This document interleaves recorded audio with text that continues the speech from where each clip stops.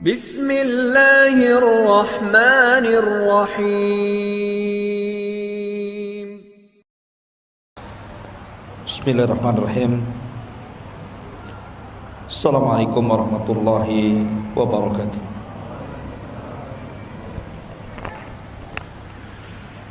Alhamdulillah wassalatu wassalamu ala Rasulillah wa ala alihi wa sahbihi wa mawalah wa la hawla wa la quwata illa billahi wa ba'du. Alhamdulillah, pada malam hari ini kembali kita bisa duduk di Masjid Jabal Arafah. Salawat dan salam tak lupa kita aturkan kepada Nabi kita, Nabi besar Muhammad sallallahu alaihi wa ala alihi wasallam. Pada malam hari ini kita akan membahas tentang satu tokoh besar yang merupakan tokoh madhab, dan madhabnya adalah madhab yang mayoritas di negeri kita, madhab Syafi'i, yang didirikan oleh Al-Imam Asy-Syafi'i rahimahullahu ta'ala. Namun begitu banyak orang-orang yang menasabkan kepada madhab Syafi'i, terkadang tidak kenal siapa Imam Syafi'i. Harusnya orang-orang yang menasabkan diri kepada sebuah madhab itu minimalnya dia harus kenal siapa Imam Syafi'i. Memang dalam waktu yang singkat tidak mungkin kita bisa menceritakan tentang sosok Imam Syafi'i ini, tapi minimalnya kita mengetahui secara global siapa sebenarnya sosok Imam Syafi'i rahimahullahu ta'ala ini. Ma'asyiral muslimin yang dimuliakan Allah subhanahu wa ta'ala, Imam Syafi'i ini ada kemiripan dengan beberapa imam yang lainnya. Di antaranya bahwa dia ditarbiyah oleh ibunya, karena Imam Syafi'i itu terlahir yatim, sama dengan Imam Ahmad. Dan rata-rata para imam mereka ditarbiyah oleh orang tuanya, maksudnya oleh ibunya, dan berhasil, sehingga Imam Syafi'i rahimahullahu ta'ala menjadi imam dunia. Keyatimannya tidak menghalangi dia untuk menguasai dunia. Lah Imam Syafi'i rahimahullahu ta'ala itu berjumpa nasabnya dengan nasab Nabi pada Abdul Manaf. Jadi Abdul Manaf itu memiliki beberapa anak. Salah satunya adalah Hashim dan juga Al-Muttalib. Kalau Nabi SAW itu nasabnya sampai kepada Hashim, tapi kalau Imam Syafi'i nasabnya sampai kepada Al-Muttalib, tapi sama-sama ketemu di Abdul Manaf.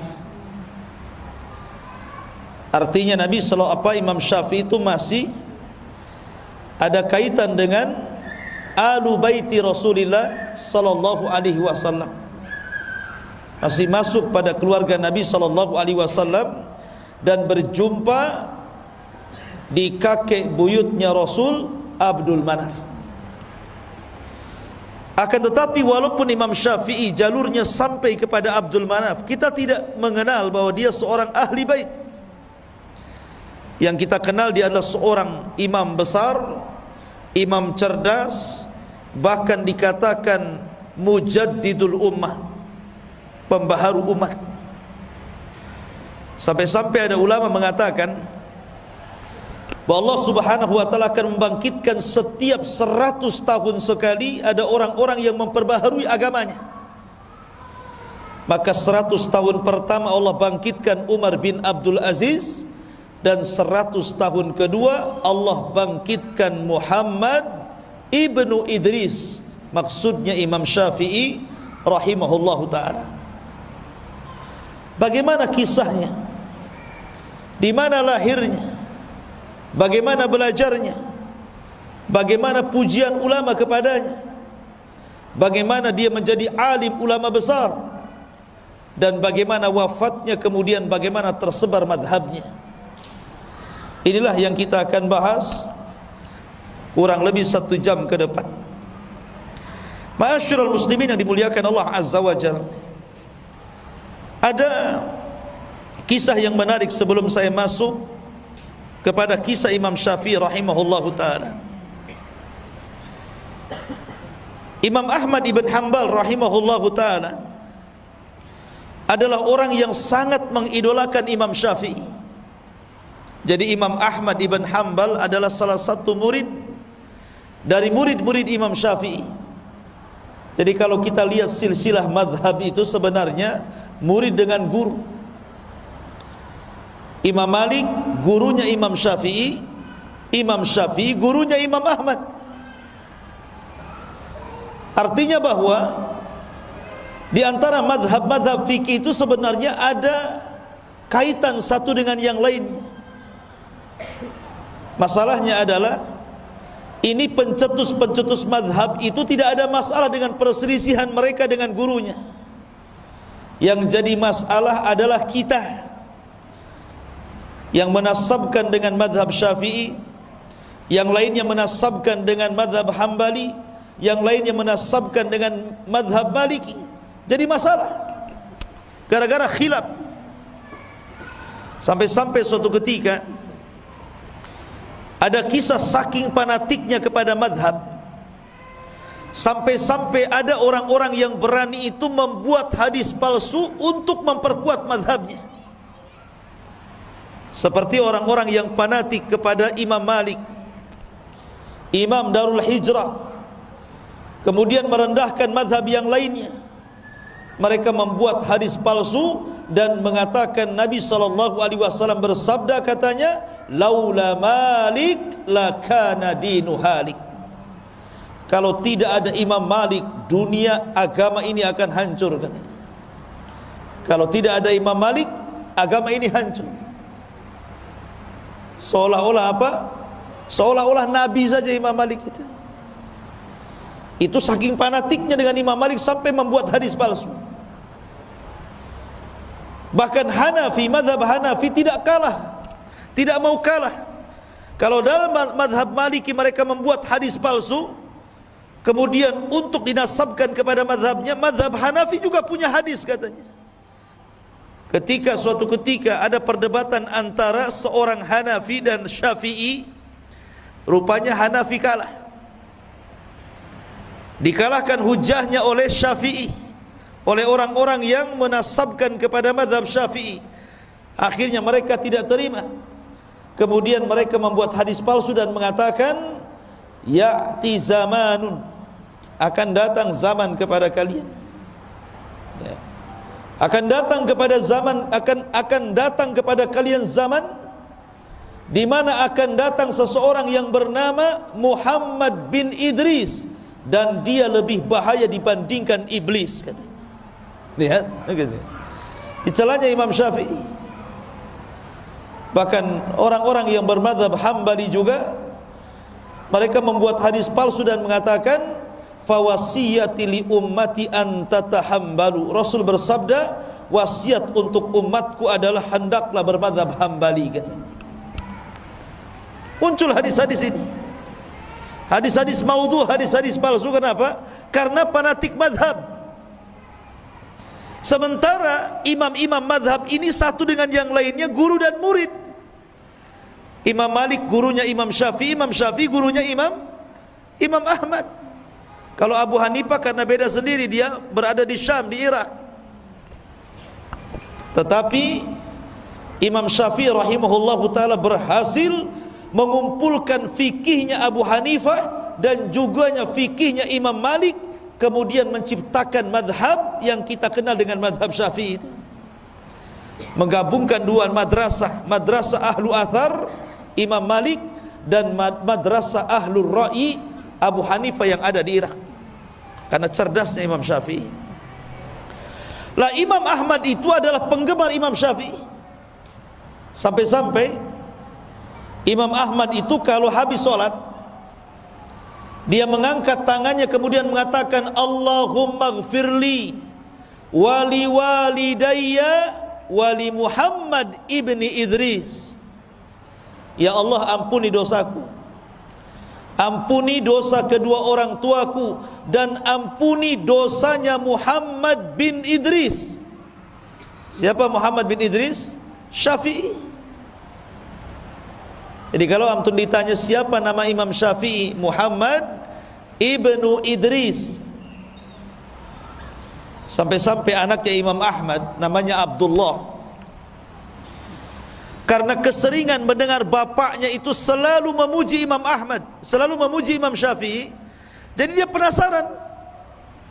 Kemudian dia mengatakan kepada bapaknya Imam Ahmad, wahai bapakku, seperti apa Imam Syafi'i itu? Kenapa engkau senantiasa memuji Imam Syafi'i? Tidak ada waktu kecuali kau puji Imam Syafi'i, dan kau doakan Imam Syafi'i sampai 40 tahun kau doakan dalam solatnya untuk Imam Syafi'i. Siapa emangnya dia? Karena putranya tidak tahu. Maka Imam Ahmad mengatakan, ya bunai, inna Syafi'i kasyamsi lid dunya wa kal afiyati lil jasadi. Wahai anakku, tahukah kamu Imam Syafi'i siapa? Imam Syafi'i itu seperti matahari untuk bumi ini, dan seperti kesehatan bagi orang-orang yang perlu kesehatan pada badannya. Jadi manusia berhajat kepada matahari dan berhajat kepada kesehatan. Artinya manusia sangat berhajat kepada Imam Syafi'i. Bayangkan Imam Ahmad loh 40 tahun berdoa kepada Imam Syafi'i agar Allah mengampuni dosanya. Pertanyaannya, pernah enggak antum mendoakan guru-guru antum itu? Jangan-jangan antum sendiri tidak pernah didoakan, apalagi doain orang. Orang tua antum aja enggak pernah didoakan gitu. Harusnya kita doakan guru-guru kita dalam setiap solat kita, dalam setiap doa kita, karena itu menunjukkan ketakwaan seseorang menghormati guru-gurunya. Karena bagaimanapun guru-guru itu sudah berjasa kepada anda ini, minimalnya telah memberikan keterangan dan hidayah untuk menjelaskan mana yang baik dan mana yang buruk, dan itu tidak bernilai harganya.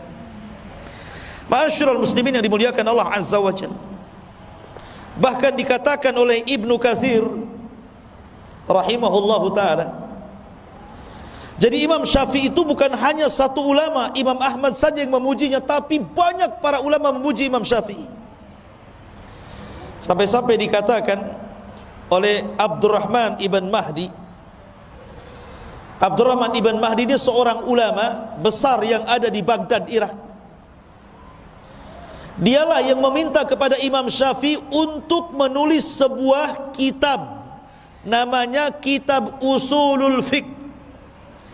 Dan itulah kitab pertama di dunia yang dikarang oleh Imam Syafi'i. Kalau ditanya siapa yang pertama kali mengarang kitab usul fikih, maka jawabannya adalah Muhammad bin Idris, Imam Syafi'i.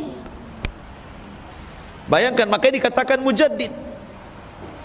Karena seseorang tidak akan paham fikih kalau dia tidak belajar usulnya. Makanya ulama mengatakan, man harumal usul harumal wusul.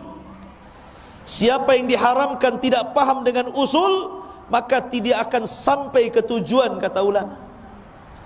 Karena orang bisa mengambil istinbat hukum dari Quran dan sunnah itu karena paham usul fikih. Dan tidak ada yang meletakkan usul fikih pertama kali kecuali Imam Syafi'i. Atas siapa? Atas permintaan Abdurrahman ibnu Mahdi, seorang alim ulama Baghdad. Jadi Abdurrahman ibn Mahdi ini mengirim surat. Ketika itu Imam Syafi'i berada di Mekah, agar menuliskan untuk dia satu risalah berbentuk usul fikih. Maka ditulis oleh Imam Syafi'i itu. Bagaimana caranya pengambilan istimbat hukum dari Quran dan Sunnah untuk masalah fikih. Kemudian setelah selesai, kitabnya disebut Ar-Risalah. Kemudian dihantar ke Baghdad. Ketika buku itu sampai di Baghdad, semua ulama-ulama Baghdad takjub dengan buku itu, memuji Imam Syafi'i. Kenapa?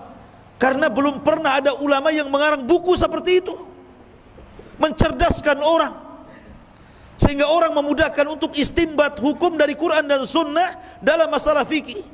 Makanya dia dikatakan pembaharu umat karena dia yang pertama kali meletakkan ilmu usul fikih, Imam Syafi'i ini.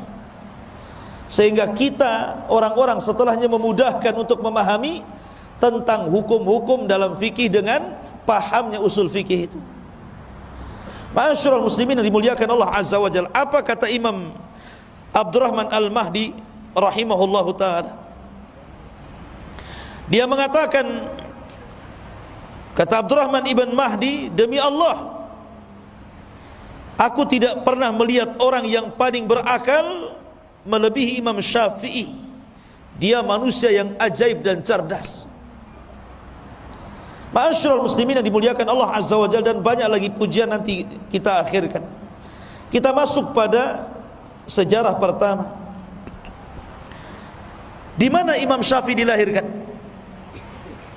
Imam Syafi'i dilahirkan, ada yang mengatakan di Gaza. Kita kenal ada namanya jalur Gaza. Di mana? Palestina. Ada yang mengatakan dia dilahirkan di Asqalan. Makanya ada ulama namanya Al-Hafidh Ibnu Hajar Al-Asqalani. Asqalan, di mana Asqalan? Masih di Palestina. Jadi ada yang mengatakan di Gaza, ada yang mengatakan di Asqalan, intinya Palestina lah. Jadi Imam Syafi'i dilahirkan di mana? Di Palestina. Lahir pada tahun 150 Hijriah dan wafat pada tahun 204 Hijriah. Berarti berapa usia Imam Syafi'i? 53 kan? Kurang lebih 53 ya. Dia lahir tahun 150 Hijriah, wafat tahun 204 Hijriah. Siapa yang bisa ngitung? 80? 54? 54 tahun. Ya, kurang lebih 54 tahun. Artinya waktunya muda kan, 54 tahun kan masih muda tuh. Karena usia umat Nabi SAW berapa? Berkisar 60 tahun sampai 70 tahun saja kan. Artinya Imam Syafi'i itu masih muda meninggal itu. Tapi karyanya luar biasa. Bahkan pemikiran madhabnya sampai mempengaruhi seantero dunia, sampai ke negeri kita. Negeri kita ini mayoritas Syafi'i. Bayangkan usia yang sangat muda, tapi madhabnya bisa menyebar ke seantero dunia. Lah kebetulan di tahun kelahiran Imam Syafi'i itu adalah hari wafatnya Abu Hanifah. Jadi Abu Hanifah itu wafat pada tahun 150 Hijriah, tepat dengan lahirnya Imam Syafi'i di tahun 150 Hijriah. Jadi Abu Hanifah wafat, lahir Imam Syafi'i. Seolah-olah Allah Subhanahu wa ta'ala ingin menggantikan dengan wafatnya Abu Hanifah, lahirnya imam yang menggantikan Abu Hanifah, Imam Syafi'i Muhammad Ibn Idris rahimahullahu ta'ala.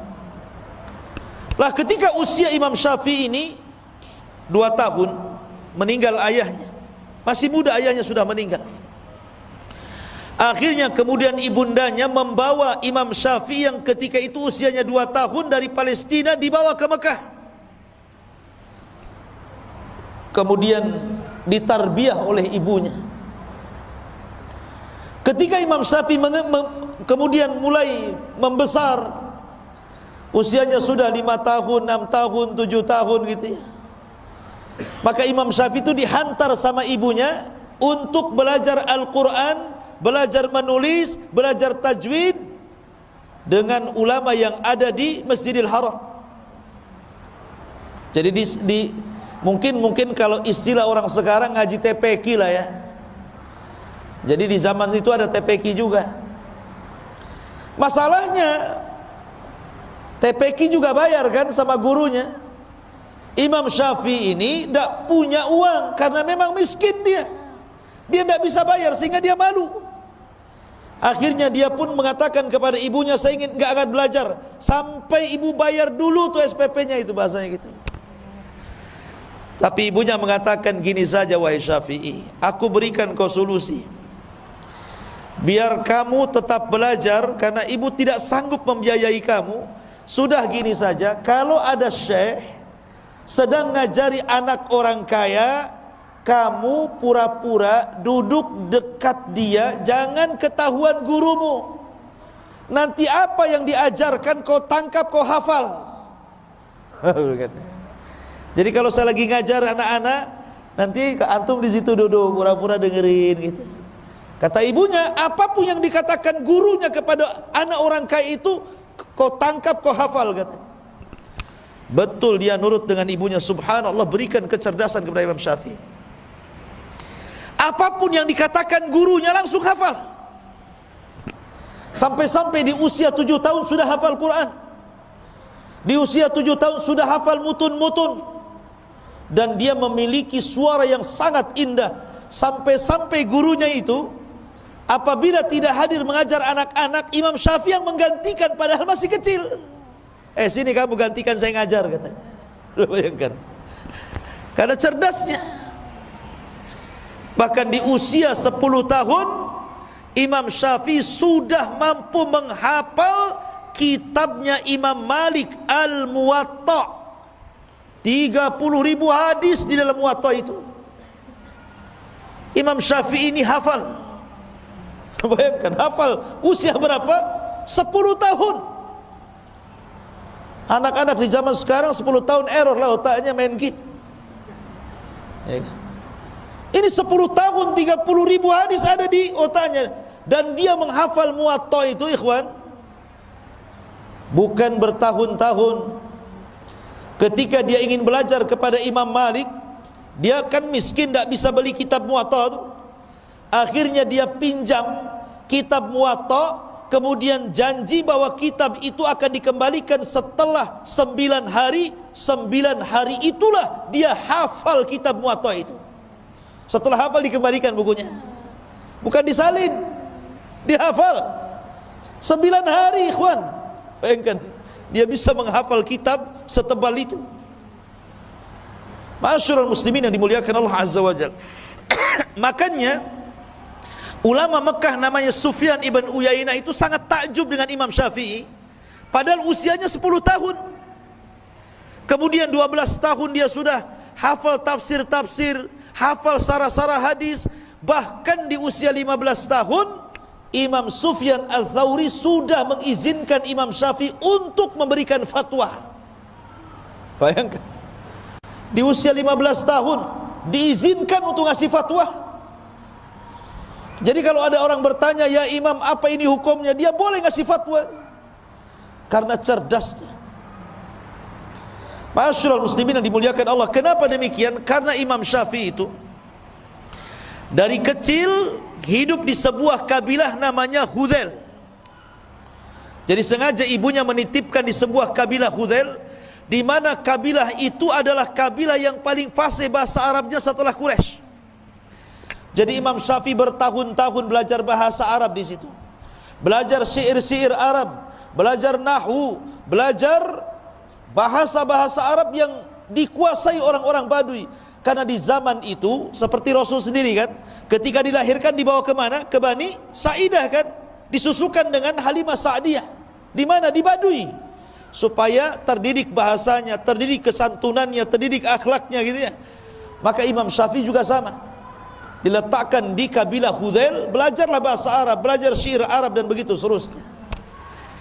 Jadi wajar kalau Imam Syafi'i itu orangnya paling cerdas dalam bahasa Arab.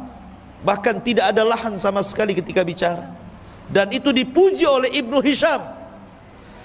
Ibnu Hisham itu tokoh ulama pengarang kitab sirah.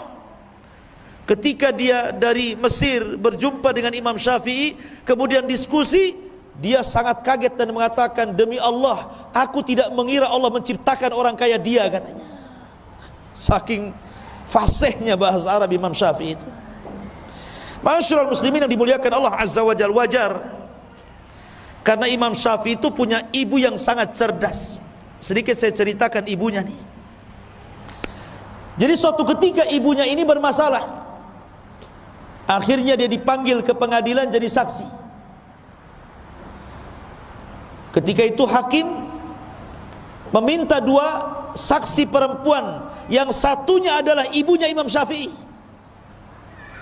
Kemudian setelah yang satu bersaksi, hakim meminta agar saksi yang pertama diletakkan di ruangan ini, kemudian saksi yang kedua diletakkan di ruangan itu, supaya jangan nanti saling berbisik satu dengan yang lainnya. Kata ibunya Imam Syafi'i, apa yang kau lakukan wahai hakim ini salah, bertentangan dengan Quran.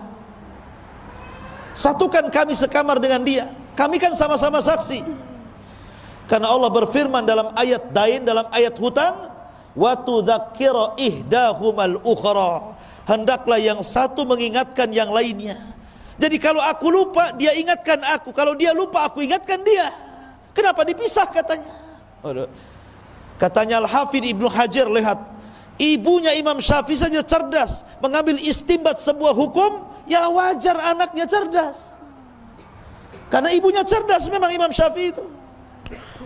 Makanya nurun kecerdasannya kepada anak itu. Makanya antum yang muda-muda itu kalau cari istri yang cerdas, jangan yang bego ya. Nanti anaknya bebel pula. Ya. Ma'asyiral muslimin yang dimuliakan Allah Azza wa Jalla. Intinya bahwa Imam Syafi'i di usia 7 tahun sudah hafal Quran. Kemudian setelah kemudian dia belajar bahasa, kemudian sudah diizinkan untuk memberi fatwa itu di Mekah oleh Sufyan ibn Uyainah. Disitulah Imam Syafi'i ingin belajar kepada Imam Malik di Madinah. Ingat, Imam Malik saat itu adalah ulama dunia, ulama yang disegani oleh para penguasa. Karena di zaman Imam Syafi'i itu penguasanya siapa? Penguasanya Khalifah Harun ar-Rasyid.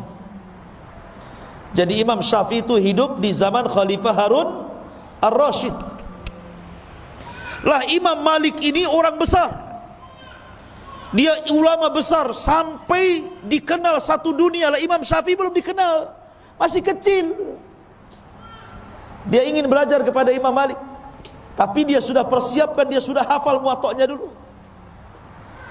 Akhirnya dia pun menyurati pemimpin Madinah, gubernur Madinah, agar memberikan menjadi perantara dia bisa belajar kepada Imam Syafi'i, kepada Imam Malik. Tapi gubernurnya ketakutan, tidak berani. Mana ada yang berani datang kepada Imam Malik, apalagi Imam Malik tidak mau perantara-perantara. Tetapi singkat cerita, akhirnya gubernur itu pun mengantar Imam Syafi'i dan berjumpa dengan Imam Malik. Imam Syafi'i masih kecil ketika itu. Akhirnya ketika Imam Malik melihat kecerdasan Imam Syafi'i, bagaimana dia sudah bisa menguasai kitabnya Muwatta', dia sudah hafal Quran, dia sudah hafal tafsir, dan dia memiliki bahasa yang luar biasa, Imam Malik pun takjub. Akhirnya kata Imam Malik, sudah, kamu belajar sama saya. Akhirnya kemudian Imam Syafi'i menjadi murid kekhususan Imam Malik. 9 tahun belajar dengan Imam Malik. Disedotnya ilmu Imam Malik itu luar biasa. Sampai akhirnya ma'asyiral muslimin yang dimuliakan Allah Azza wa Jalla, setelah kemudian 9 tahun dia pun belajar kepada Imam Malik rahimahullahu ta'ala dan mengambil seluruh ilmu Imam Malik. Maka dia meminta izin kepada Imam Malik untuk mengambil ilmunya Abu Hanifah. Di mana Abu Hanifah? Di Irak sana. Tapi kan Abu Hanifah sudah meninggal. Maksudnya belajar kepada murid-muridnya. Ketika melihat semangat Imam Syafi'i, Imam Malik mendukung. Kalau engkau ingin belajar kepada murid-murid Abu Hanifah, maka saya danai kamu. Oh, antum cari guru yang kayak gini. Ya, Ustaz tolonglah ongkosi saya ke Yaman. Jadi didanai sama Imam Malik itu. Berangkatlah Imam Syafi'i. Kemana? Ke Irak, ke Baghdad sana.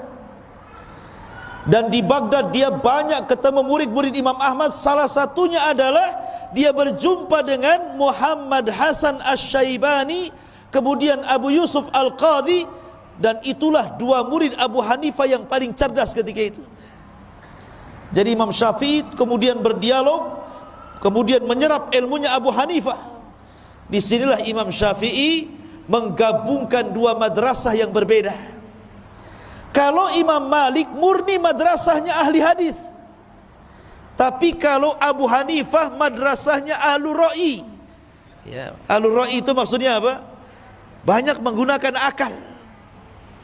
Ya, menggunakan akal untuk memutuskan sebuah perkara. Maka Imam Syafi'i menggabungkan dua mazhab yang berbeda ini. Ketika itulah Imam Syafi'i di Baghdad menulis satu kitab namanya Al-Hujjah, atau disebut dengan Risalah Awal, yang disebut dengan Qaulul Qadim namanya, ucapan Imam Syafi'i lama.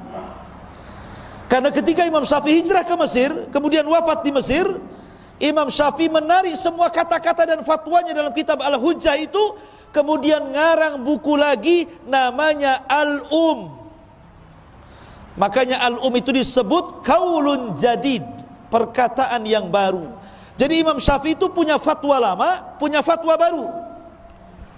Dan tidak mengapa seseorang itu berubah-ubah pendapat. Pamannya dulu pendapat dia seperti ini, kemudian belajar dapat ilmu baru. Oh, enggak benar yang dulu saya tinggalkan. Yang barulah yang lebih kuat menurut saya. Tidak ada masalah. Ya. Karena Imam Syafi'i 99% fatwanya dirubah. Bukan satu fatwa. 99% loh fatwanya dirubah. Jadi dari kaul qadim menjadi kaul jadid. Tetapi para ulama setelahnya ada yang kemudian memandang kaul qadim itu lebih kuat sehingga menguatkan kaul qadim, ada yang kemudian memandang kaul jadid lebih kuat, akhirnya merojehkan kaul jadid. Terjadilah khilaf antar madhab Syafi'i. Ya, gitu ya. Jadi di tubuh madhab Syafi'i itu banyak khilaf. Karena ada yang mengambil perkataan yang lama dari Imam Syafi'i, dan ada yang mengambil perkataan baru Imam Syafi'i masalahnya. Tapi begitulah Imam Syafi'i, orang yang paling cerdas luar biasa. Jadi ketika Imam Syafi'i kemudian ke Baghdad, kemudian menyerap ilmunya orang-orang Baghdad dan mampu menguasai fikihnya Hanafi, kemudian dia akhirnya pulang lagi ke Mekah, ke Madinah. Ketika itulah kemudian dia ingin berangkat ke Yaman.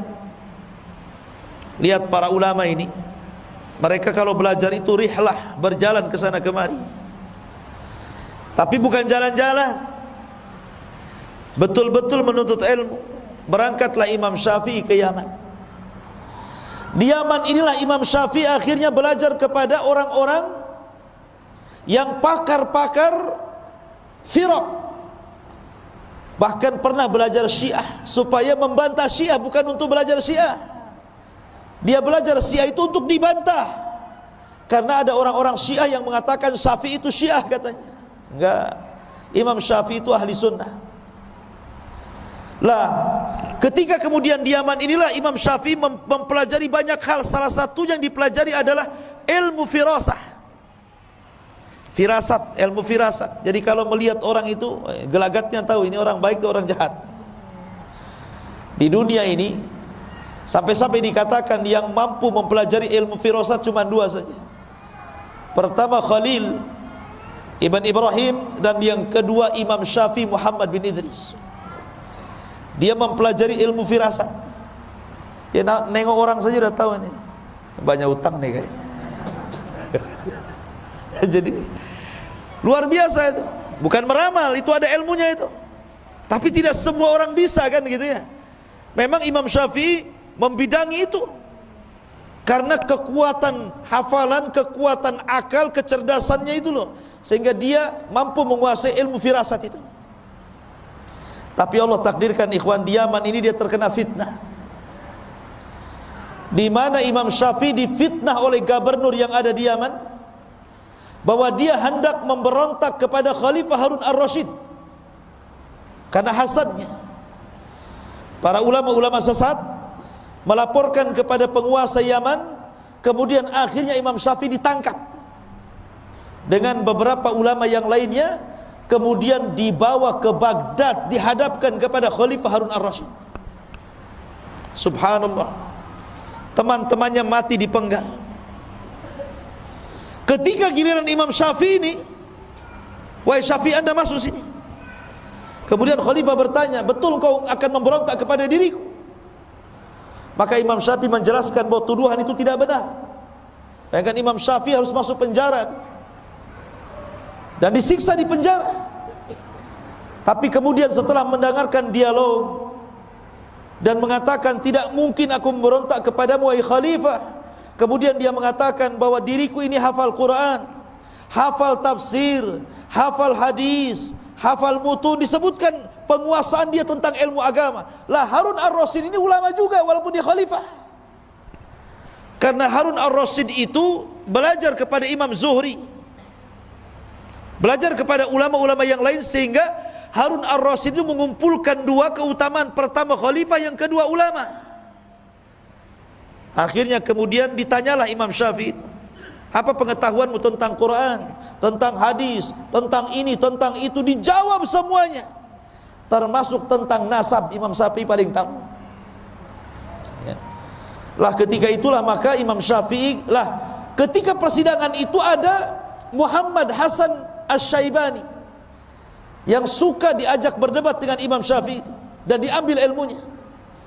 Kemudian Imam Syafi'i menunjuk, sesungguhnya yang tahu diriku adalah dia, maksudnya Muhammad Hasan Asy-Syaibani. Kemudian Muhammad Hasan Asy-Syaibani mengatakan kepada Khalifah, ya, saya tidak yakin kalau tuduhan itu ada pada orang itu, maksudnya Imam Syafi'i. Akhirnya Khalifah Harun ar-Rasyid melepaskan Imam Syafi'i. Jadi ulama itu ada saja ujiannya, ikhwannya. Masuk penjara, dipanggil khalifah, kemudian diancam untuk dibunuh ya. Itulah para ulama. Ma'asyiral muslimin yang dimuliakan Allah Azza wa Jalla. Kemudian setelah Imam Syafi'i, beliau ke Yaman dan belajar berbagai macam ilmu. Maka kemudian Imam Syafi'i pun kembali ke Mekah dan sempat kemudian memberikan fatwa di sana. Tapi kemudian setelah itu Imam Syafi'i kemudian safar lagi ke Mesir, dan itu ketika mendekati usia 50 tahun. Dia ke Mesir. Di Mesir inilah dia mengarang kitab itu. Yang menarik, perkataan lamanya dalam kitab Al-Hujjah ditarik semuanya, kemudian mengarang satu kitab dan hanya 5 tahun di Mesir. Akhirnya Imam Syafi'i pun meninggal dunia di Mesir. Itulah sejarah singkat Imam Syafi'i. Baik, kita akan membahas beberapa akhlak, ketakwaan, dan keajaiban Imam Syafi'i. Ma'asyiral muslimin yang dimuliakan Allah Subhanahu wa ta'ala, Imam Syafi'i ini dikenal ketakwaannya. Suatu ketika berkumpullah Imam Syafi'i, kemudian Sufyan ibn Uyainah, kemudian para ulama yang lain di hadapan Khalifah Harun ar-Rasyid. Ketika itu Harun ar-Rasyid meminta agar salah satu ulama itu memberikan nasihat. Cobalah kalian memberikan nasihat. Bentar ya, kok makin kecil saja suaranya, habis baterainya. Lah ketika itu kemudian Khalifah meminta Imam Syafi'i memberikan nasihat, tapi Imam Syafi'i tidak mau. Kenapa? Karena ada gurunya Sufyan ibn Uyainah. Kata Sufyan ibn Uyainah, yang lain saja. Begitulah ulama, kalau disuruh itu melempar-lempar juga ya. Kamu saja, kamu saja. Sampai-sampai ada cerita, ini ada ustad-ustad di Jawa ini, Ditanya, Pak Ustadz ini hukumnya apa? Kata Ustadz ini ikiai katanya. Tahu ikiai? Ini saja. Yang satunya ikiai katanya. Terakhir jawab, oh itu kiai katanya. Itulah nama kiai itu diambil dari ikiai itu. Kan gitu. Ma'asyiral muslimin, enggak, ini canda. Jadi akhirnya kemudian karena tidak ada yang yang berbicara untuk memberikan nasihat, akhirnya Harun ar-Rasyid dia yang kemudian memberikan nasihat. Kemudian dia bacakan ayat-ayat, kemudian dia bacakan hadis-hadis Nabi SAW dan perkataan para sahabat Rasul. Subhanallah, Imam Syafi'i ini dikenal kalau dinasihati dia menangis kemudian pingsan. Jadi kalau dia mendapatkan nasihat yang menyentuh itu, langsung menangis kemudian pingsan. Sampai-sampai ketika Harun ar-Rasyid kemudian memberikan nasihat, tahu-tahu Imam Syafi'i nangis kemudian pingsan, langsung berhenti dia. Dan orang-orang mengatakan, apakah dia mati katanya? Apakah dia mati katanya kan? Rupanya dia hanya pingsan saja. Sampai seperti itu orang mendengar nasihat nangis kemudian pingsan. Ini kalau tidak bersumber dari hati yang ikhlas, tidak mungkin seperti itu. Kemudian kisah yang kedua, suatu ketika Imam Syafi'i ini sakit. Ada muridnya namanya Rabi' ibn Sulaiman. Rabi' ibn Sulaiman salah satu dari alim Baghdad, berziarah kepada Imam Syafi'i, gurunya ketika itu sedang sakit. Ketika sampai saja di rumah Imam Syafi'i lagi terbaring itu lemas. Akhirnya kemudian kata Rabi' ibn Sulaiman, dia pun mendoakan Imam Syafi'i dan mengatakan, qawwallahu dha'faka ya imam, qawwallahu dha'faka ya imam. Kalimat qawwallahu dha'faka ya imam itu memiliki dua makna. Makna yang pertama, qawwa itu artinya semoga Allah menguatkan kelemahanmu hai imam, maknanya dihilangkan penyakitnya. Tapi makna yang kedua, maksudnya menguatkan kelemahannya sehingga makin lemah lagi, kan begitu ya. Kalimat itu kan ada dua makna ya, semoga Allah menguatkan kelemahanmu. Ini bisa diartikan maksudnya lemahnya itu supaya lebih lemah lagi, ataukah supaya lemahnya dihilangkan, kan begitu ya.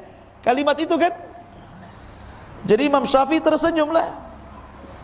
Kamu mengatakan qawwallahu dha'fi idzan qatalani. Kalau engkau mengucapkan seperti itu sama aja kau bunuh aku katanya. Katanya kan itu. Karena apa? Imam Syafi'i guyon sebenarnya. Dia paham tak mungkinlah Rabi' ibn Sulaiman itu maksudnya kalimat qawwallahu dha'fak itu supaya ditambah kelemahannya. Imam Syafi'i gurunya. Tapi karena ada dua kalimat, ada satu kalimat memiliki dua makna, Imam Syafi'i masih bercanda ketika sakit itu. Idzan qatalani, kalau kau ngomong begitu kau hendak membunuhku ya, supaya kelemahanku bertambah. Tapi Imam Syafi'i mengatakan tidak ya, saya yakin dengan dirimu wahai Rabi, sekalipun engkau mencelaku, kata Imam Syafi'i, lau sabbabtani la alimtu anta la taqsuduni. Sekalipun kau mencelaku, saya yakin kau tidak bermaksud untuk mencela kepada aku. Begitu. Lihat bagaimana husnudzonnya kepada manusia. Kalau ada yang mencela dirinya, oh itu mungkin karena lagi marah. Kalau ada yang menghina kita, oh mungkin dia lagi ada masalah, dikasih uzur gitu lah. Itulah Imam Syafi'i. Kalau kita enggak, ada orang mandang kita, langsung kita ini sewot. Ngapain pandang-pandang? Padahal nggak ngomong tuh, baru pandangan saja udah sewot. Apa kau katanya? Oh bahasa Medan pula keluar ya. Ma'asyiral muslimin yang dimuliakan Allah Azza wa Jalla. Kemudian yang ketiga, kisah perdebatan antara Yunus As-Sadafi dengan Imam Syafi'i. Ini guru murid sebenarnya ini. Biasa orang dulu itu murid berdebat dengan gurunya. Jadi Yunus As-Sadafi atau Ibn Abdil A'la ini bermasalah dengan Imam Syafi'i ini, berdebat gitu sangat sengit sampai keduanya mengangkat suaranya saking kencangnya gitu. Akhirnya marah ini Yunus ini, keluar dari majelis Imam Syafi'i, kemudian kabur dari ke masjid dan masuk ke rumahnya. Tapi Imam Syafi'i ini walaupun harus berbeda pandangan bukan berarti bermusuhan. Keluar dari masjid, dicarinya rumah Yunus As-Sadafi itu. Kemudian setelah sampai di rumahnya, kemudian dia mengatakan dan mengambil tangannya dan mengatakan, ya Yunus, la yastaqimu an takuna ikhwanan wa illam nattafiq fi mas'alatin. Wahai Yunus, sebaiknya kita jadi kawan sajalah, walaupun kita tidak sepakat dalam masalah yang satu ini, tapi kan kesamaan kita banyak. Ya gitu ya. Ini lihat, Imam Syafi'i mencontohkan bagaimana sikap orang berdebat itu. Orang sekarang kalau berdebat kalah, musuhan tuh. Ya, malas saya berdebat dengan dia. Gitu. Sudah tidak ada kawan lagi. Bahkan kalau sampai berdebat itu sampai membidah-bidahkan tuh. Itu ahli bid'ah itu hizbi itu hati-hati itu. Ya, itu jangan ke situ tuh. Sampai seperti itu. Kadang-kadang sesama orang ngaji itu berdebat seperti itu kan. Gara-gara ngaji sama ustaz ini nggak boleh ngaji sama ustaz itu katanya. Ya, segitu piciknya otak itu.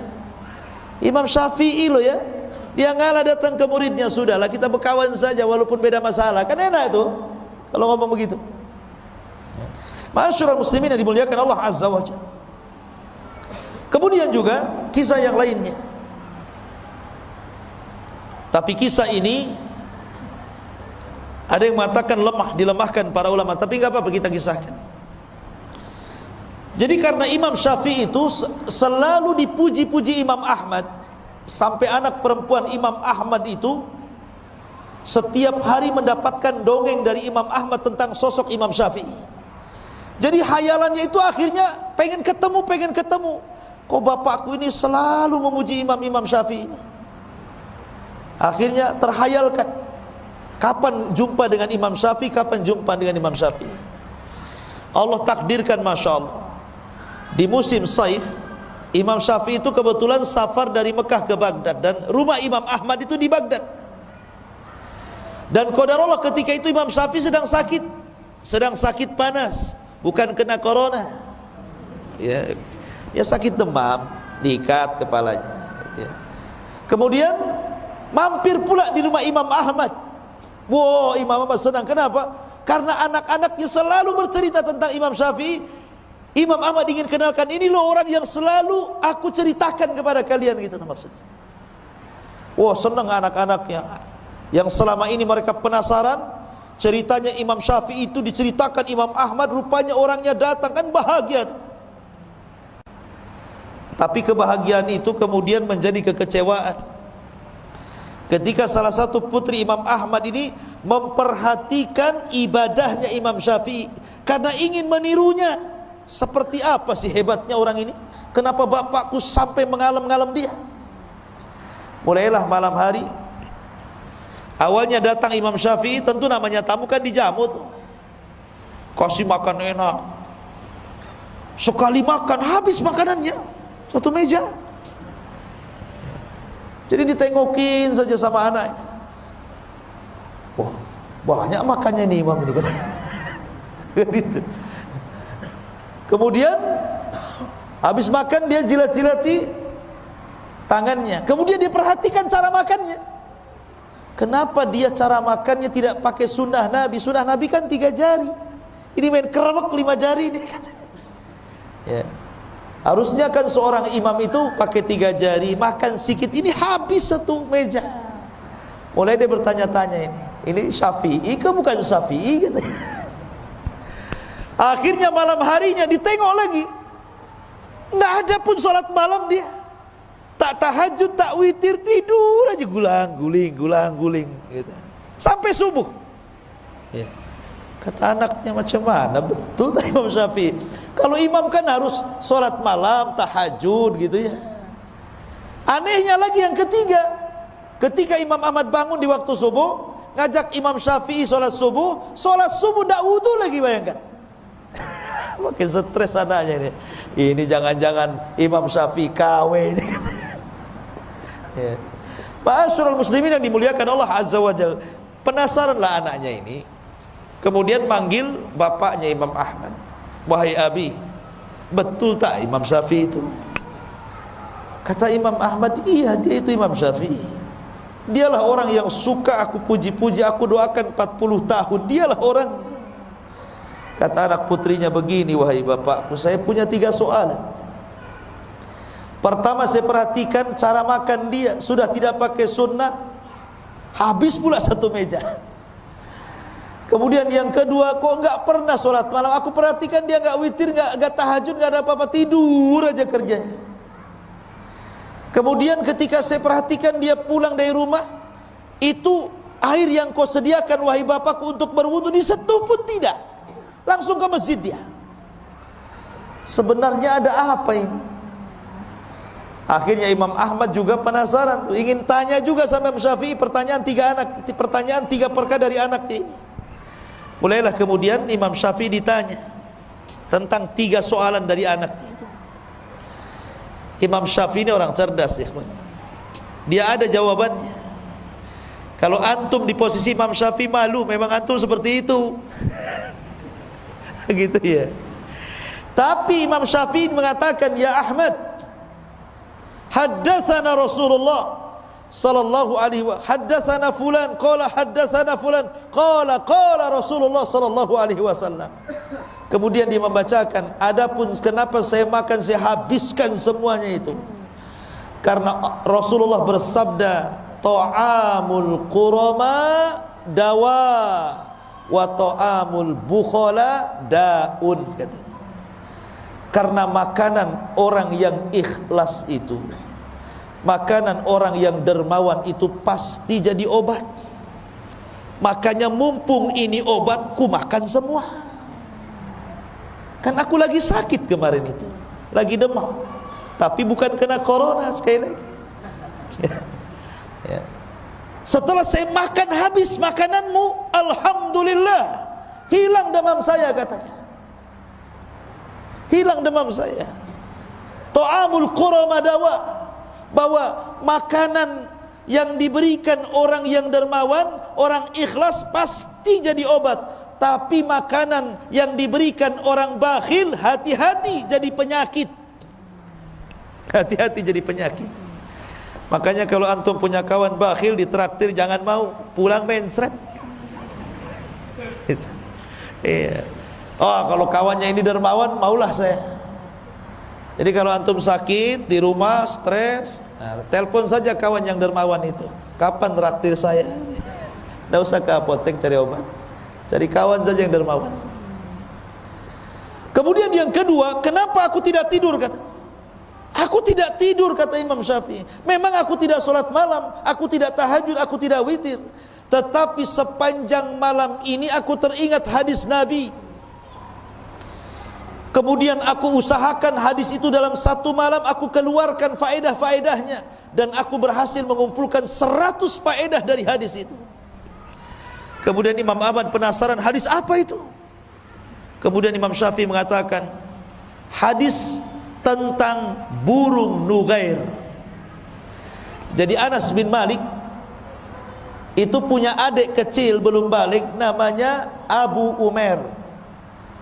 Bayangkan, anak belum balik tapi sudah disebut Abu loh ya. Abu Umair. Gak apa-apa, seseorang itu walaupun belum menikah dipanggil Abu, itu kunyah, sunnah hukumnya. Ya, sama Ustaz. Kenapa? Takut dicap radikal. Karena orang radikal itu depannya abu-abu. Ini Abu Umair, itu kecil, anak kecil Abu Umair ini punya burung namanya Nughair. Dari sini boleh seseorang itu punya peliharaan dikasih nama. Boleh punya kucing dikasih nama siapa? Ya, kasih nama siapa? Kucingnya. Jangan kasih nama istri antum. Jadi boleh kita memberikan nama kepada peliharaan, sebagaimana di zaman itu ada burung dikasih nama Nughair sama si Abu Umair ini. Namanya anak burung berakal, belum balik, kan tidak pandai merawat burung ya. Lain dengan kayak antum, mungkin ada sangkarnya, dimandikan, orangnya belum mandi, burungnya sudah mandi. Orangnya belum makan, burungnya sudah makan.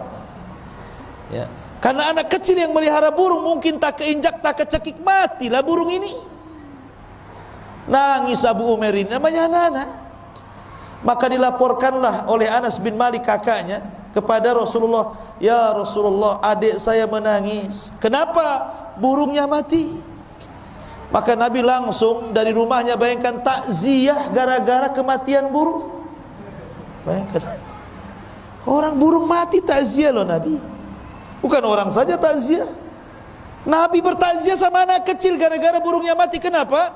Karena tahu Nabi itu bagaimana rasanya anak kecil pecah hatinya. Itu sama dengan orang dewasa ketika ditinggal oleh pacarnya. Hatinya sakit, anak kecil itu sakit loh kalau mainannya hilang kan ya. Makanya Rasul takziah, kasihan. Nah itulah, makanya amalan yang paling tinggi itu jabrul qalbi, ikhwan. Berusaha menenangkan hati orang, jangan membuat orang itu sedih. Sururun tudkhiluhu ala qalbi muslim, kebahagiaan yang kau masukkan kepada hati seorang muslim. Akhirnya kemudian kata Imam Syafi'i kepada Imam Ahmad, aku perhatikan hadis itu semalam suntuk dan aku berhasil mengeluarkan 100 faedah dari hadis itu. Jadi aku nggak tidur, aku mikir hadis itu saja. Kata Imam Ahmad, coba sebutkan apa faedahnya? Disebutkan 1, 2, 3 sampai 100. Subhanallah, kata Imam Ahmad, aku belum pernah mendapatkan faedah sebaik ini. Adapun aku subuh tidak wudu, bukan berarti aku tidak berwudu, karena aku belum batal dari wudu isya. Makanya aku gunakan untuk sholat subuh. Kan dia gak tidur. Tuh, ini kalau ulama ada jawabannya. Kalau antum malu besok gak mau lagi ke situ. Ya kan? Tetapi ikhwan, kisah ini dikritik para ulama. Kisah ini gak benar. Bahkan hadis tadi juga tentang masalah makanan orang-orang yang ikhlas dan juga orang-orang dermawan itu obat, hadisnya maudhu, sebagaimana dikatakan Imam Zahabi rahimahullahu taala. Tapi kisah ini masyhur masalahnya. Kisah ini masyhur di masyarakat tentang Imam Ahmad Imam Syafi'i yang bertamu kepada Imam Ahmad ini. Makanya harus disebutkan tentang derajatnya. Taib. Ma'asyiral muslimin yang dimuliakan Allah Subhanahu wa taala. Kemudian suatu ketika Imam Syafi'i ini pulang dari Baghdad. Karena dia tidak mau mengganggu Imam Malik yang sedang mengajar. Karena pasti kalau dia tahu dirinya datang, pasti akan berhenti belajar, pasti akan menyalami dan memeluknya, dan nanti masalah ini orang belajar ini terganggu. Dia tidak mau mengganggu orang yang sedang belajar. Sehingga Imam Syafi'i supaya tidak ketahuan oleh Imam Malik kedatangannya, dia pun diselendangkan mukanya, jadi hanya nampak matanya saja. Kemudian berbaur dengan murid-muridnya yang masuk kepada halaqahnya Imam Malik. Lah Imam Syafi'i pun duduk di halaqah itu, nggak tahu Imam Malik kalau di situ ada Imam Syafi'i muridnya itu. Dan Imam Syafi'i pun tidak mau ngasih tahu karena takut mengganggu orang yang sedang belajar. Rupanya ketika Imam Malik sedang mengajar, kemudian dia ditanya sebuah persoalan, tidak bisa jawab. Akhirnya dilemparkan ke murid-muridnya, siapa di antara kalian yang bisa menjawab pertanyaan muskilah ini? Semua diam, tidak ada yang bisa menjawab. Kata Imam Syafi'i kepada orang sebelahnya, jawab, begini loh jawabannya. Wes. Akhirnya berdiri, saya Imam Malik. Kata Imam Malik, fadhal. Dijawab, benar. Imam Malik heran, kenapa dia bisa tahu? Ya. Kau berdiri. Ya. Bagaimana kau bisa tahu? Kata orang ini, nih sebelah. Ini sebelah yang ngasih tahu kan ya. Imam Syafi'i subhanallah, dia berusaha untuk jangan sampai tahu. Akhirnya dibuka juga, tahu juga Imam Malik dan Imam Syafi'i. Subhanallah ikhwan. Begitulah para ulama ya. Kadang ada waktu-waktu seperti ini kondisinya. Ma'asyiral muslimin yang dimuliakan Allah Subhanahu wa taala. Kemudian juga Dijelaskan beberapa kisah juga tentang Imam Syafi'i, bahwa suatu ketika Imam Syafi'i rahimahullahu ta'ala dia melewati, jadi kalau dia punya guru namanya Imam Waqi. Imam Waqi itu gurunya Imam Syafi'i. Ini rumah Imam Syafi'i, ini pasar, ini rumahnya Imam Waqi. Jadi kalau seandainya Imam Syafi'i kemudian mencari ilmu kepada Imam Waqi itu harus berjalan persis di depan pasar, sehingga akhirnya mengurangi hafalannya. Dia pun mengadu kepada Imam Waqi dan mengatakan, syakautu ila Waqi su'a hifdin fa arsyadani bi antarkil ma'asi wa'lam bi annal ilma nurun wa nurullah la yuhda lil asi. Aku mengadu kepada Imam Waqi tentang buruknya hafalanku, maka Waqi pun memberikan nasihat agar aku meninggalkan maksiat. Ketahuilah bahwa ilmu itu cahaya, dan cahaya Allah tidak mungkin menembus hati orang yang bermaksiat. Ketika dia mendengar wejangan Imam Waqi ini, dia berpikir, maksiat apa yang aku sudah lakukan ini? Kenapa hafalanku makin berkurang, padahal sudah kucoba. Jadi dia berpikir gitu kan, oh betul kata guruku ini, bahwa yang membuat aku ini hilang hafalan gara-gara maksiat. Tapi maksiat apa? Gitu ya. Dipikir, akhirnya dia baru paham. Jangan-jangan gara-gara lewat di depan pasar. Bayangkan Imam Syafi'i lewat di depan pasar, merutul hafalannya. Padahal nggak ngapa-ngapain, lewat depan pasar aja. Akhirnya keesokan harinya, ketika dia sudah tahu sebabnya, dia ganti rutenya. Jadi nggak mau lagi lewat depan pasar, lewat belakang pasar dia. Setelah lewat belakang pasar, kuat lagi hafalannya. Ya, itu lama dulu ikhwan. Ya. Kenapa? Karena di pintu pasar itu banyak kemaksiatan di situ. Pasar itu kan tempat perangnya setan, ikhwan. Setan itu kalau mau perang dia ke pasar, bawa bendera, ditancapkan bendera perangnya itu. Makanya Rasul mengatakan, seburuk-buruk tempat pasar, sebaik-baik tempat masjid. Tapi pasar sekarang ini luar biasa, lihat mall itu. Orang masuk saja tidak mau keluar. Disulap di zaman sekarang ini. Seburuk-buruk tempat jadi seindah-indah tempat. Kan gitu. Jadi Imam Syafi'i ini kalau lewat pasar ini, karena menyaksikan banyak maksiat dalam pasar itu yang mengurangi, padahal dia tidak ikut terlibat dalam kejahatan itu, dalam maksiat dalam pasar itu. Tapi itu sudah bisa mempengaruhi loh ya. Coba pengaruhi. Jadi sebenarnya yang membuat kita tidak cerdas, yang membuat kita hafalannya hilang, yang membuat kita tidak hafal, pamannya kita ini membaca, anggaplah kemarin hafal wadduha, kemudian sekarang hafal watini, wadduhanya hilang, watininya hafal. Besoknya kulhu, watininya hilang, kulhunya yang hafal. Kan ada tuh yang seperti itu. Itu bukan nambah hafalan, ganti hafalan. Diganti itu hafalannya ya. Ya. Boleh itu karena, kenapa kok jadi ganti hafalan bukan nambah hafalan, itu karena maksiat yang dilakukan. Maksiat sebenarnya menjadikan orang itu jahil. Ya, dan ini wasiat yang bagus daripada Imam Syafi'i rahimahullahu taala. Ma'asyiral muslimin yang dimuliakan Allah Subhanahu wa taala. Adapun Imam Syafi'i ini memiliki guru-guru yang luar biasa. Di antaranya beliau memiliki guru di Madinah namanya Malik ibn Anas. Imam Malik ibn Anas, Ibrahim ibn Sa'ad al-Ansari, Abdul Aziz ibn Muhammad ad-Darari, Ibrahim ibn Abi Yahya, Abdullah ibn Tafih as-Sa'ig. Kemudian di Yaman dia juga punya guru namanya Hisham ibn Yusuf qadhi Yaman. Kemudian Amr ibn Abi Salamah, Yahya bin Hassan, Mutarrif ibn Mazin. Kemudian di Irak dia juga punya guru namanya Waqi ibn Jarrah, Abu Usamah Hamad ibn Usamah al-Kufiyan, Ismail ibn Ulayyah dan yang lainnya. Termasuk di Mekah dia berguru kepada Sufyan ibn Uyainah, Muslim ibn Khalid, Abdul Majid dan yang lainnya. Intinya bahwa itulah guru-guru kondang beliau yang menjadikan Imam Syafi'i menjadi sebuah ulama besar dan akan senantiasa dikenang siapa Imam Syafi'i. Sebenarnya kenapa madhabnya itu sampai menyebar, ikhwan? Sebelum Imam Syafi'i itu sudah banyak madhab. Imam Ibnu Jarir itu punya madhab, namanya madhab Ibnu Jarir. Sufyan ibn Uyainah punya madhab, namanya madhab Uyainah. Sufyan Ats-Tsauri punya madhab, namanya madhab Ats-Tsauri. Kemudian Al-Auza'i, namanya madhab Auza'i. Jadi madhab itu dulu banyak, bukan 4 madhab saja.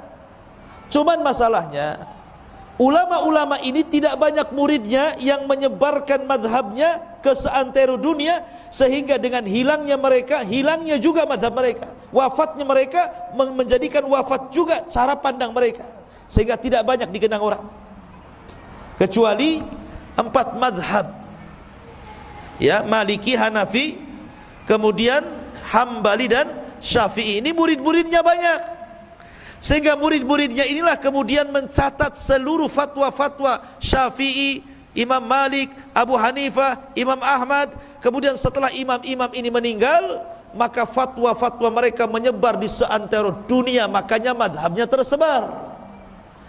Bukan berarti madhab ini cuma 4 ini saja, tidak, sebelumnya banyak madhab, cuman tidak tersebar, tidak seperti 4 madhab, ya. Tetapi ingat, Imam Syafi'i sendiri mengatakan dalam urusan madhab, idza sahhal hadis fahuwa madhabi. Kalau hadis itu sahih, berarti itu madhabku. Maknanya kalau kita mengikuti hadis yang sahih, kata Imam Syafi'i, dia sudah ikut madhabku, ya kan? Jadi tidak perlu fanatik dengan madhab itu, ya. Karena kalau kita bicara madhab itu ada 3 kelompok di masyarakat itu. Satu, ada orang yang fanatik buta dengan madhab. Saya mah Syafi'i Ustaz, Hambali tidak mau, Maliki ogah, Hanafi apalagi katanya, saya tidak mau. Syafi'i tetap Syafi'i, hidup mati Syafi'i katanya, mau benar mau salah Syafi'i. Ada orang yang seperti itu fanatik madhab. Yang kedua, ini kelompok yang kedua, nggak mau bermadhab dia, apalah Syafi'i, Maliki, Hambali, nggak mau. Kenapa? Karena Rasul bersabda, kutinggalkan 2 pusaka kepada kalian, siapa yang berpegang selamat kalian, tidak akan sesat. Quran dan sunnah, Quran sunnah saja saya, madhab tidak perlu, ya. Ada kan orang seperti itu, Quran sunnah sajalah saya, karena Rasulullah yang menyebutkan Quran sunnah, tidak disuruh ngikut Syafi'i, Maliki, Hanafi, Hambali. Ada orang yang tidak perlu madhab, tidak perlu saya madhab. Kelompok yang ketiga ini tengah-tengah, dia tidak melepaskan madhab dan tidak juga fanatik madhab. Mana-mana yang benar dari madhab itu, umpamanya kebenaran ada dalam Syafi'i, saya Syafi'i, kebenaran dalam Hambali, saya Hambali, kebenaran ada pada Maliki, saya Maliki, kebenaran pada Abu Hanifah, saya Hanafi. Mana-mana yang benar itulah yang dipilih, dan harusnya ambil yang terakhir ini pendapat kita, supaya tidak fanatik madhab, ya. Karena masing-masing ulama itu kan punya keistimewaannya. Sekarang kalau seandainya orang yang tidak mau bermadhab ini, Quran sunnah saja, saya katakan, gimana kau caranya memahami Quran dan sunnah kalau tanpa ulama? Justru dengan adanya madhab itu kita tertolong. Jadi kita paham maksud Quran, maksud hadis. Ini loh ulama yang paling paham, karena ulama itu warasatul anbiya. Tetap kita butuh ulama untuk memahami itu, karena kita bukan siapa-siapa. Tapi kita juga jangan sampai fanatik, karena mereka bukan nabi. Ulama itu tidak maksum, yang maksum itu nabi. Makanya ambil yang benar, campakkan yang salah. Itulah seruan dan slogan mereka semuanya. Seperti Imam Syafi'i mengatakan, apabila kau dapati dalam bukuku menyelisih Al-Quran dan Sunnah, tinggalkan. Tetapi yang sesuai dengan Quran dan Sunnah ambil. Itu kata-kata Imam Syafi'i itu, ya. Maka kita ambil yang sesuai dengan Al-Quran dan Sunnah, dan kita tinggalkan yang tidak sesuai, selesai, ya kan? Jadi tidak perlu lagi kita sibuk. Anda bermadhab, bermadhab, tapi semua madhab, gitu, ya. Ustaz, saya mau Syafi'i saja, nggak apa-apa. Antum Syafi'i saja, nggak dilarang. Tapi kalau yang jelek, artinya jangan mengikuti semuanya. Karena tidak semua perkataan Syafi'i kan benar, kan, namanya manusia pasti salah, kan begitu. Yang benar saja nggak apa-apa ambil, yang salah jangan. Ya, karena banyak para ulama pun mereka bermadhab Syafi'i. Imam Nawawi Asy-Syafi'i, Ibnu Hajar Asy-Syafi'i, kan begitu.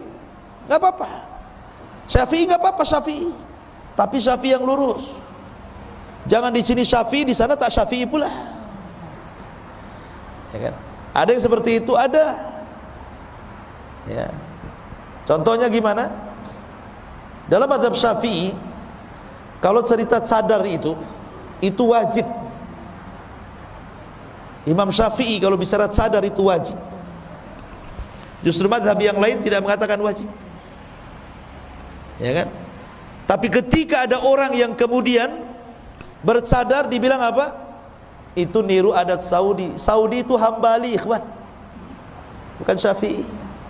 Kan gitu ya. Itu karena tidak paham mazhab kan. Harusnya kalau dia paham mazhab jangan ngomong begitu. Justru dalam mazhab Syafi'i itu wajib pakai cadar itu. Dan mazhab yang lain tidak. Kenapa anda kemudian ngaku mazhab Syafi'i tapi urusan ini anda katakan dari Saudi katanya? Berarti tak paham mazhab namanya. Itulah pentingnya seseorang itu mempelajari fikih sesuai dengan mazhab supaya tidak fanatik. Wallahu a'lam bishawab. Ikhwatu fi din, ini yang bisa sampaikan. Mudah-mudahan ada manfaatnya. Subhanakallah bihamdika asyhadu an la ilaha illa anta astaghfiruka wa atubu ilaik. Allahu ta'ala alam. Assalamualaikum warahmatullahi wabarakatuh.